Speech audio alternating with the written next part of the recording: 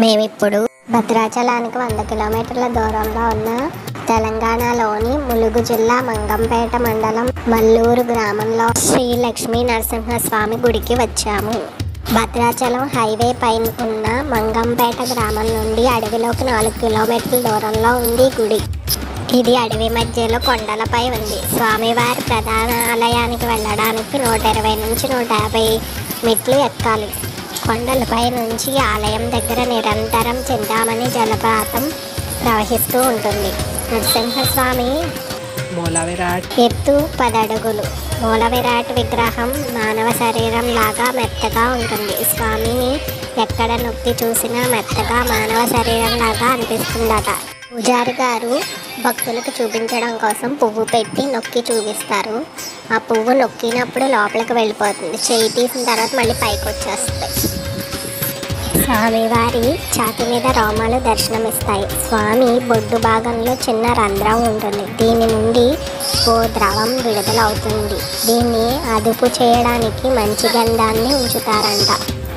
ఈ గంధాన్ని భక్తులకు ప్రసాదంగా ఇస్తారు. సంతానం లేని వాళ్ళకి సంతానం కలుగుతుందని నమ్మకం. స్వామివారి గుడికి 2 వైపులా చెంచులక్ష్మి అమ్మవారు, ఆదిలక్ష్మి అమ్మవారి గుడులు ఉన్నాయి. ఈ క్షేత్రం ఏటా వైశాఖ శుద్ధ పౌర్ణమికి స్వామికి ఘనంగా బ్రహ్మోత్సవాలు నిర్వహిస్తారు.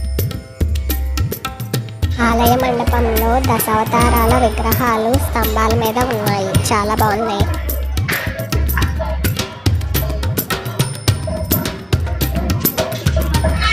చుట్టూ కొండలతో చాలా బాగుంది ఈ ప్రదేశం అంతా.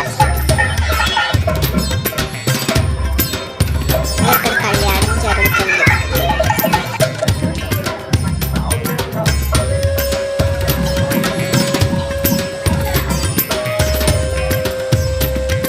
కళ్యాణం అయిపోయింది. హారతిస్తున్నారు. తర్వాత మేము కూడా వెళ్ళి దర్శనం చేసుకున్నాం. మేము వెళ్ళే సమయానికి 1 గంట దాటేసింది. అందుకు గుడి మూసేశారు. బయట నుంచే చూసాము. ఉదయం 8 నుంచి 1 గంట వరకే తెరిచి ఉంటుందంట.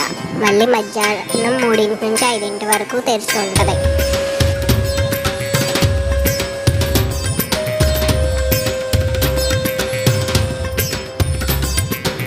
అడవి కదా, బాగా కోతులు ఎక్కువగా ఉన్నాయి. ఈ చేతుల్లో ఏమన్నా లాక్కుని వెళ్ళిపోతున్నాయి. అందుకే జాగ్రత్తగా ఉండాలి.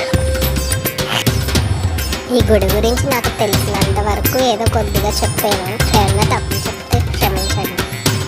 కొండ కింద చెట్టు కింద కాళికాదేవి అమ్మవారి విగ్రహం ఉంది.